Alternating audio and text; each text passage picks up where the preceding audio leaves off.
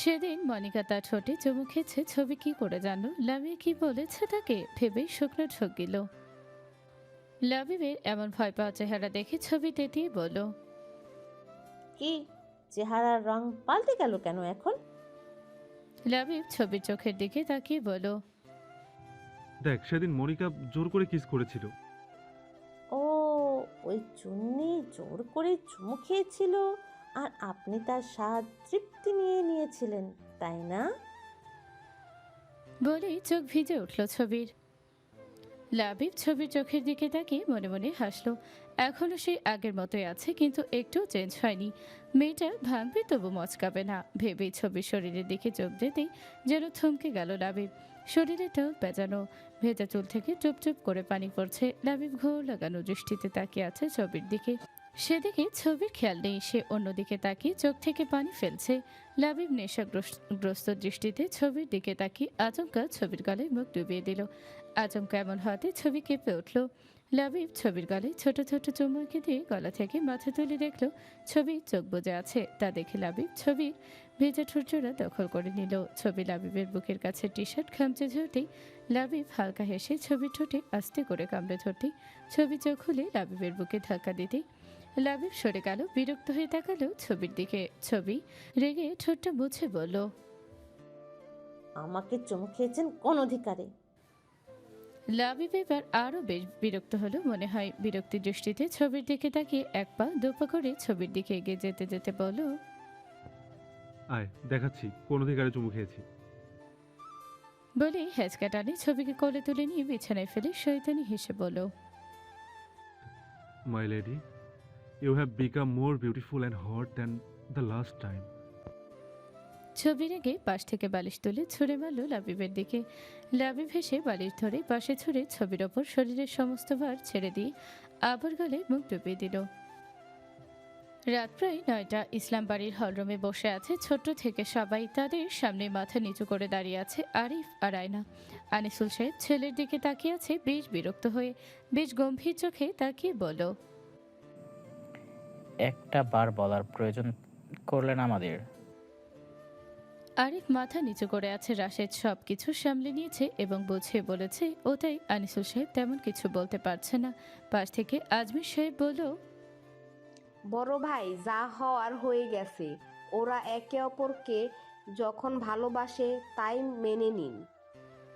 আরিফ মাথা তুলে তাকালো আজমির সাহেবের দিকে। আনিসুল সাহেব, হামিদ, আজমির, হাসিম সাহেব এর দিকে তাকালো। তার চোখ দিয়ে সম্মতি জানাতেই আনিসুল সাহেব আয়নার দিকে তাকিয়ে বলল, তোমার মা বাবা? আয়না মাথা নিচু করে মিনমিন করে বলল, বাবা মা কোনোদিন আমাদের মেনে নেবে না, তাই আমি আরিফের হাত ধরে পালিয়ে এসেছি। তারা কখনো হয়তো জানেই না আরিফের সাথে পালিয়েছি।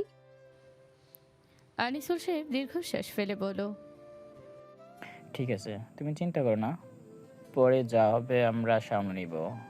হামিদা আর লামহার বিয়ের সাথে সাথে তোমার আর আরিফের বিয়ে হবে। তোমাকে বউ সাজিয়ে বরণ করব আমরা, কিন্তু বিয়ের আগে হামিদার সাথে তোমাকে থাকতে হবে। আয়না মাথা নিচু করে বলল। জি আঙ্কেল। আনিসুল সাহেব বেশ গম্ভীর কণ্ঠে বলল, আমার ছেলের হাত ধরে পালিয়ে বিয়ে করেছ আর আমাকে এখনো আঙ্কেল ডাকছ? ইসলাম বাড়িতে আমার 4 মেয়ে, হামিদা, লামহা, তাইবা, লামিয়া। তবে আজ থেকে আমার 5 মেয়ে, হামিদা, লামহা, তাইবা, লামিয়া আর আয়না। তুমি এই ইসলাম বাড়ির পুত্রবধূ নও, আজকে থেকে ইসলাম বাড়ির মেয়ে তুমি। আর আমাকে বাবা বলবে, মনে থাকবে? আয়না মাথা নাড়িয়ে বলল। জি বাবা, মনে থাকবে। আনিসুল সাহেব হালকা হেসে বসা থেকে উঠে এসে আয়নার সামনে দাঁড়ালো। আয়না মাথা নিচু করে দাঁড়িয়ে আছে। আনিসুল সাহেব আয়নার মাথায় হাত বুলিয়ে বলল, চিন্তা কর না, আমরা সব সময় তোমার পাশে আছি। বলেই আরিফের দিকে তাকিয়ে পকেট থেকে একটা কার্ড বের করে দিয়ে বলল, ওকে, ওকে নিয়ে কালকে শপিংয়ে যাবে। ওর যা যা পছন্দ হবে তাই কিনে দিবে। আরিফ কার্ড হাতে না নিয়ে মাথা নিচু করে দাঁড়িয়ে আছে। তার লজ্জা লাগছে বাবার থেকে টাকা নিতে। ছেলের মনের ভাব বুঝতে পেরে আনিসুল সাহেব ধমকে বলল, বেশ বড় হয়ে গিয়েছ, তাই না? ধরো এটা, আমি এই টাকাটা তোমাকে না, আমার মেয়েকে দিয়েছি। আর হ্যাঁ, কালকে থেকে অফিসে যাবে, বুঝতে পেরেছ? আরিফ মাথা ঘুরিয়ে রাশেদের দিকে তাকালো। রাশেদ চোখ দিয়ে ইশারা দিতেই আরিফ কার্ডে হাত তুলে নিল। আনিসুল সাহেব তা দেখলেন। হামিদ, আজমির, হাসিম যেমন তার অনুমতি ছাড়া কোনো কিছু করে না, তেমন রাশেদের অনুমতি ছাড়া এই বাড়ির কোনো ছেলে মেয়ে কিছু করে না। ইসলাম বাড়ির ছেলেমেয়েরা একজন আরেকজনের যান। সবসময় তারা একে অপরের সকল সুখ দুঃখ ভাগ করে নেয়। একজন আরেকজনের বিপদে কাউকে একা ছাড়ে না। তা ভেবে আনিসুল সাহেব হালকা হেসে চলে গেল নিজেদের রুমে। একে একে সবাই হলরুম থেকে চলে গেল নিজেদের কাজে। দেখতে দেখতে বেশ কয়েকটা দিন কেটে গেল। এগিয়ে এলো হামিদা, লামহা, সাফওয়ান, আরিফ, আয়নার বিয়ের ডেট। আজ শুক্রবার, ছুটির দিন। প্রচুর গরম পড়েছে। কিছুদিন ধরেই লামিয়ার গায়ে ভীষণ জ্বর। প্রতিদিন রাতে জ্বর আসে। তাই আজমেরি বেগম কোথা থেকে একটা গাছের শিকড় এনে কালো সুতো দিয়ে বেঁধে দিয়েছে তার বাঁ হাতে। বেঁধে দিয়ে বলেছে, যতদিন না পর্যন্ত এই সুতো নিজে থেকে খুলে পড়ে যাবে, ততদিন পর্যন্ত এটা যেন হাতে থাকে। দাদির কড়া নির্দেশ দেওয়ার এখনও এই সুতো খোলা হয়নি, না হলে কবে ফেলে দিত এটা হাত থেকে। সকাল সকাল উঠে লামিয়া হাতের দিকে তাকিয়ে কেমন থমকে আছে। হঠাৎ মন যাচ্ছে শুধু টক কিছু খেতে। তাই উঠেই চলে গেল বাড়ির বাহিরে চালতা গাছের নিচে। আর চালতা ছেঁচে ঝালঝাল কাঁচামরিচ, ধনিয়া পাতা দিয়ে লবণ দিয়ে মাখিয়ে খাবে ভেবে মুখে টপ টপ করে নালা পড়ছে।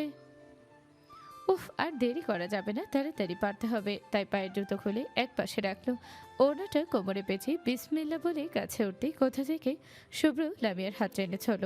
লামিয়া পাশ ফিরে তাকাতেই শুভ্রকে দেখতে পেয়ে বেশ বিরক্ত হয়ে বলল, কি সমস্যা, আবার গায়ে হাত দিয়েছেন কেন? লামিয়ার কথায় শুভ্র হাত ছেড়ে শীতল দৃষ্টিতে তাকিয়ে বলল, এই অবস্থায় গাছে উঠেছেন কেন? গাছে উঠে নাচবো, তা ধুম ধুম টানা, তাই গাছে উঠছি। আপনার কোনো সমস্যা?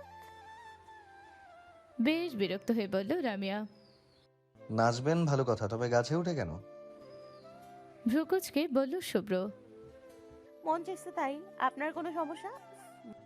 হ্যাঁ, অনেক সমস্যা। এখন বলুন, গাছে কেন উঠেছেন? না, আপনি তো বড্ড জ্বালাতন করেন। চালতা গাছে কেন উঠছি এটাও জানেন না? না, জানি না, আপনিই বলুন। চালতা ছেঁচে ভর্তা খাবো, তাই পারতে উঠেছি গাছে, আর কিছু। লামিয়ার দিকে তাকিয়ে শুভ্র কপালে ভাঁজ পেল। তারপর শার্টের হাতা গোটাতে গোটাতে চলে গেল বাগানের মধ্যে। যে প্রায় 2 মিনিট পর একটা বড়সড় কৌটা নিয়ে আসলো। লামিয়া ভ্রুকুচকে তাকিয়ে আছে শুভ্রের দিকে। তারপর এগিয়ে গিয়ে কৌটা ধরতেই শুভ্র বলে উঠল, ছেড়ে দিন, পারবেন না, আমি করে দিচ্ছি। লামিয়া শুভ্রের কাছ থেকে কৌটাটা নিতে নিতে বলল, সরুন, পড়বো আমি। আরে আপনি এই শরীর নিয়ে পারবেন না, ছাড়ুন, লেগে যাবে আপনার। দুনিয়ার এমন কিছু নেই যা লামিয়া ইসলাম না পারে। আমি সব পারি, যা বলবেন সব করতে পারবো। সরুন এখন আপনি। লামিয়ার কথা শুনে শুভ্র ঠোঁট চেপে হেসে বলল। সব পারবেন? শুভ্রর কথা শুনে লামিয়া বেশ ভাব নিয়ে বলল। অবশ্যই। লামিয়ার কথা শুনে শুভ্র শয়তানি হাসি দিয়ে বলল, তাহলে আপনি ফর্সা হয়ে দেখান তো। শুভ্রর কথা শুনে লামিয়া বেশ অসহায় দৃষ্টিতে তাকালো শুভ্রর দিকে। শুভ্র মনে মনে হেসে লামিয়ার থেকে কোটা নিয়ে চালতা পারতে লাগলো। এদিকে লামিয়া শুভ্রর দিকে তাকিয়ে মনে মনে বলে উঠল, বিলাতি পোলা তোরে কালির পয়লা না বানিয়েছি, তাহলে আমার নামও লামিয়া ইসলাম না। এদিকে শুভ্র লামিয়ার দিকে তাকিয়ে হাসছে। তাকে যে মনে মনে বকছে তা তার চেহারা দেখে বুঝতে পারছে শুভ্র। 3টা চালতা পেরে লামিয়ার দিকে এগিয়ে দিয়ে বলল, আমাকে মনে মনে বকা শেষ হলে নিন আপনার চালতা। লামিয়া চালতা নিয়ে শুভ্রর দিকে তাকিয়ে কটমট চোখ করে চলে গেল বাড়ির ভেতর। তা দেখে শুভ্র হালকা হেসে উঠল। রাশেদ আসতেই শুভ্র আর রাশেদ বেরিয়ে গেল তাদের কাজে। বিকেল 4টা। আজকে শুক্রবার থাকায় খানার ইসলাম বাড়ির কর্তারা একসাথে বসে বাগানে গল্প করছেন এবং কর্তীরা সবাই গিয়েছে শপিং মলে কেনাকাটার জন্য। ইসলাম বাড়ির হলরুম জুড়ে বসে আছে খানার ইসলাম বাড়ির ছেলেমেয়েরা, শুধু মাহির বাদে। সে তার মায়ের সাথে নানা বাড়িতে গিয়েছে। আস্থার অসুস্থ নানাকে দেখতে। আর সবার মাঝে বসে আছে আজমেরি বেগম এবং শফিকুল খান। টিভিতে চলছে বাংলা পুরাতন ঐতিহাসিক সিনেমা খানার ইসলাম বাড়ির ছেলেমেয়েরা বেশ বিরক্ত হয়ে টিভির দিকে তাকিয়ে আছে, কিন্তু তাদের মাঝে আজমেরি বেগম আর শফিকুল খান বেশ উৎফুল্ল হয়ে টিভি দেখছে। হঠাৎ সিনেমায় রোমান্টিক সিন দেখালো, সেখানে প্রেমিক প্রেমিকা পায়ে পা রাখলো। তার 2 দিন পর প্রেমিকা বাচ্চার মা হবে। সবাই চোখ বড় বড় করে টিভির স্ক্রিনে তাকিয়ে আছে। তখনই পুরো হলরুম কাঁপিয়ে লামিয়ার ফোন বেজে উঠল। লামিয়া ফোনটা হাতে নিয়ে দেখলো মাহির ভিডিও কল করেছে। লামিয়া কল রিসিভ করতে ওপাশ থেকে মাহিরের গম্ভীর কণ্ঠ ভেসে আসলো। কি করছিস তোরা আমাকে রেখে? লামিয়া টিভিতে চোখ দিয়ে বলো, বাংলা সিনেমা দেখছি সবাই মিলে। বলে ব্যাক ক্যামেরাতে সবাইকে দেখালো। বাংলা সিনেমা দেখছিস? এসব কে দেখে ভাই? আর কি শিক্ষা পাওয়া যায় বাংলা সিনেমা দেখে ভাই? আমি বুঝি না। মাহিরের কথা শুনে লামিয়া ইনোসেন্ট ফেস করে বলল, বাংলা সিনেমা দেখে আজকে যা বুঝলাম, শিক্ষা এইটাই পাওয়া যায় যে প্রেমিক প্রেমিকার পায়ের ঘষাঘষিতে বাচ্চা হয়ে গিয়েছে। সারাদিন পর কাজ শেষ করে ভাতের প্লেট হাতে নিয়ে সবাই রাশেদার শুভ্র ভাতের লোকমা মুখে দিয়েছিল। লামিয়ার এমন কথায় দুজনই বিষম খেয়ে উঠল। পাশ থেকে সবাই লামিয়ার দিকে হতবাক হয়ে তাকিয়ে আছে। মাহির ফোনের ওপাশ থেকে তাকিয়ে আছে লামিয়ার দিকে। পাশ থেকে তাই ভাতে তালি দিয়ে বলে উঠল, কি শিক্ষা রে ভাই, তুমি 10-এ 10 mile please. Lamia innocent face নিয়ে সবার দিকে তাকিয়ে ক্যাবলা হাসি দিতেই তাইব লামিয়ার ছবি তুলে ফেলল। এদিকে শুভ্র অসহায় চোখে তাকিয়ে আছে লামিয়ার দিকে। এই মেয়ে কি এখনো ছোটটি আছে নাকি? কোথায় কি বলতে হয় এই মেয়ে কি জানে না? হায় রে, এই মেয়েকে নিয়ে বেশ হিমশিম খাবে বোঝা যাচ্ছে। ভেবে পাশ থেকে পানি নিয়ে খেয়ে আবার লামিয়ার দিকে তাকালো। জ্বরের কারণে মুখটা অনেকটা মলিন হয়ে গিয়েছে। পিতলের তৈরি খাঁচায় হাত বোলাচ্ছে কায়সার। চোখ ঘুরিয়ে তাকালো সামনের দেয়ালের দিকে। বেশ বড় করে লামিয়ার ছবি প্রিন্ট করে বাঁধানো সেই দেয়ালে। সেদিকে তাকিয়ে কায়সার বাঁকা হেসে বলল, বুলবুলি, আর কয়েকদিন, তারপর এই খাঁচায় এনে তোমাকে আটকাবো। তুমি ছোটার জন্য ছটপট করবে, কিন্তু এই কায়সার তোমাকে ছাড়বে না। আমার চোখ যেই পাখির দিকে পড়েছে, আমি ঠিক সেই পাখিকে ধরে ভেজে খেয়ে নিয়ে হাড়গুলো ফেলে দিয়েছি। তবে তোমাকে আমি ফেলে দিব না। তোমাকে প্রতিদিন একটু একটু করে জ্বালাবো, সারা জীবন রেখে জ্বালাবো বুলবুলি। শুধু আর কয়েকটা দিন ধৈর্য ধরো। বলে এগিয়ে গেল ছবির দিকে। ছবির উপর হাত রেখে বেশ ভয়ঙ্করভাবে হেসে উঠল কায়সার। ওই মেয়েকে আমার যে কোনো মূল্যে লাগবেই, যেভাবেই হোক মেয়েটিকে আমার চাই। বলে উঠল অন্ধকারে থাকা লোকটি। তার সামনে বসে আছে হুডি পরা অবয়ব। লোকটির কথা শুনে বেশ মেয়েওয়ালি কণ্ঠে বলে উঠল, এত উত্তেজিত হলে চলবে কিভাবে? আস্তে ধীরে সব হবে। পাখিকে ধরার জন্য ফাঁদ পাততে হবে, যেন পাখি নিজেই এসে ধরা দেয়। বলে হুডি পরা অবয়বটি হেসে উঠল। রাত প্রায় 2:30। ঘুমন্ত চেহারার দিকে একধানে তাকিয়ে আছে শুভ্র। পকেট থেকে একটা সোনালী রঙের ঘড়ি বের করে লামিয়ার হাতে সযত্নে পরিয়ে দিয়ে হাতে চুমু দিল। তারপর মাথায় হাত বুলিয়ে দিতে লাগলো। তার শ্যামাঙ্গিনীকে কত সুন্দর লাগছে ঘুমন্ত অবস্থায়। শুভ্র লামিয়ার কপালে গম্ভীর চুম্বন করলো। আজকে তার ঘুম আসছে না, কেমন যেন মন ছটফট করছে। তাই নিজের ঘুম বিসর্জন দিয়ে বসে আছে সে প্রেয়সীর পাশে। এই মুখটা দেখলে তার সকল ক্লান্তি দূর হয়ে যায় তার সকল চিন্তা। কিন্তু খুব শীঘ্রই সে বলে দিবে তার প্রেয়সীকে, আবরারই তার শুভ্র ভাই। তখন কেমন রিয়েক্ট করবে তার প্রেয়সী সেটা সে জানে না, তবে এতটুকু জানে যে তার প্রেয়সীকে সে আর কষ্ট দিতে পারবে না। ভাবতে ভাবতে হঠাৎ শুভ্রর ফোনে কল আসতেই শুভ্র পকেট থেকে মোবাইল বের করে স্ক্রিনে নাম্বার দেখে বাঁকা হাসলো। তারপর লামিয়ার কপালে চুমু এঁকে রুম থেকে বেরিয়ে গেল নিজের গন্তব্যে।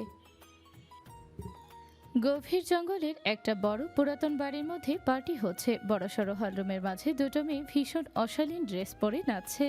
তার সামনের সোফায় বসে হাতে মদের বোতল নিয়ে সেই নাচ উপভোগ করছে শ্যামবর্ণের একটি যুবক। গায়ে তার সাদা রঙের গেঞ্জি, তার উপর কালো জ্যাকেট।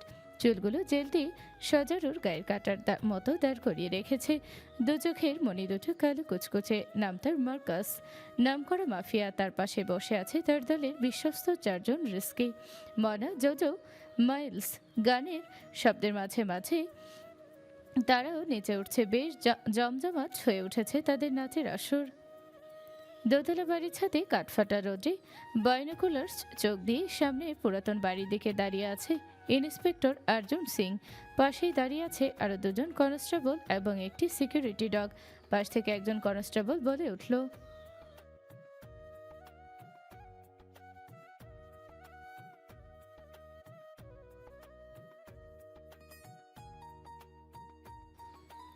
অর্জুন চোখ থেকে বাইনোকুলার্সটি নামিয়ে বাঁকা হেসে বলল, that's it's, get ready for action. বলে দ্রুত হেঁটে পুরাতন বাড়ির দিকে হাঁটে চলো। হাঁটতে হাঁটতে হাঁটতে পাশ থেকে একজন কনস্টেবল বলে,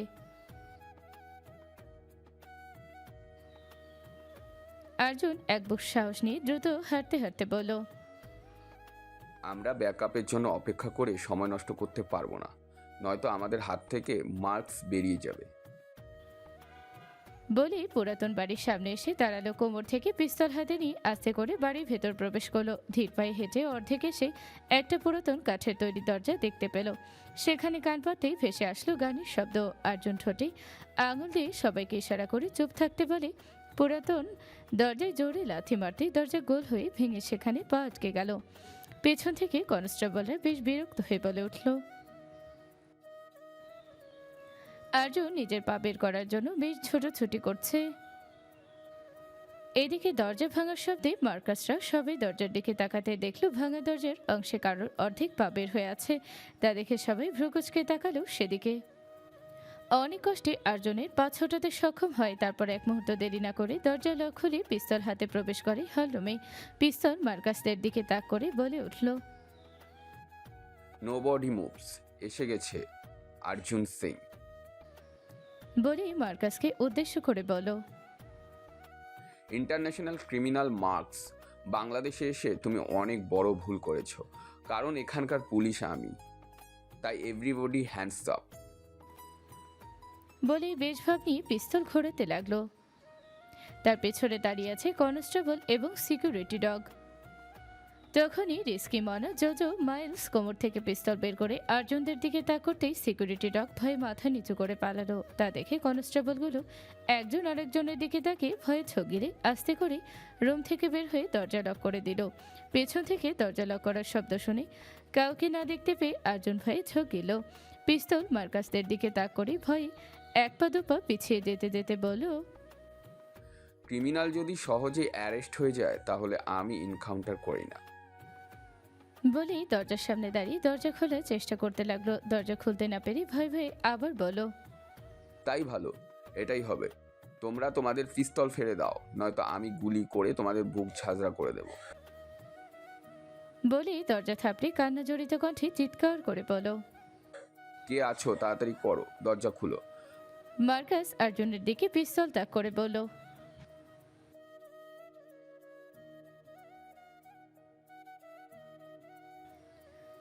বলে একাধারে গুলি চালিয়ে দিল অর্জুনের দিকে।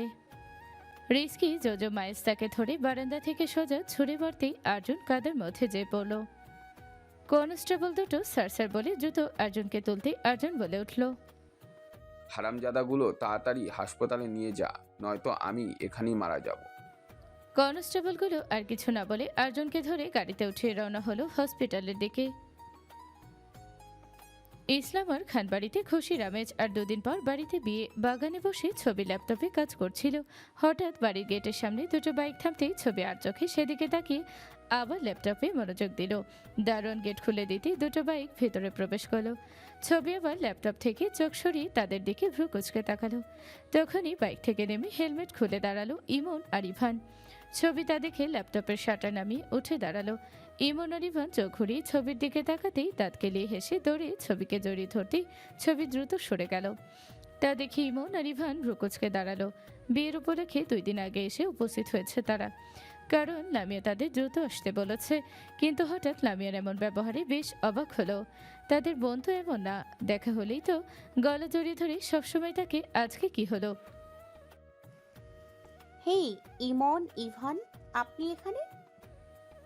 হঠাৎ চিরচেনা কণ্ঠ শুনে ইমন ইভান পিছনে ঘুরে তাকাতে দেখলো লামিয়া দাঁড়িয়ে আছে। তা দেখে তারা ভূত দেখার মতো চমকে উঠে লাফ দিয়ে লামিয়ার সামনে এসে দাঁড়ালো। ছবি বিরক্ত চোখে তাকিয়ে আছে তাদের দিকে। ইমন বেশ বড় বড় চোখ করে বলল, এটা কি? লামিয়া বাঁকা চোখে ছবির দিকে তাকিয়ে বলল, আমার কার্বন কপি।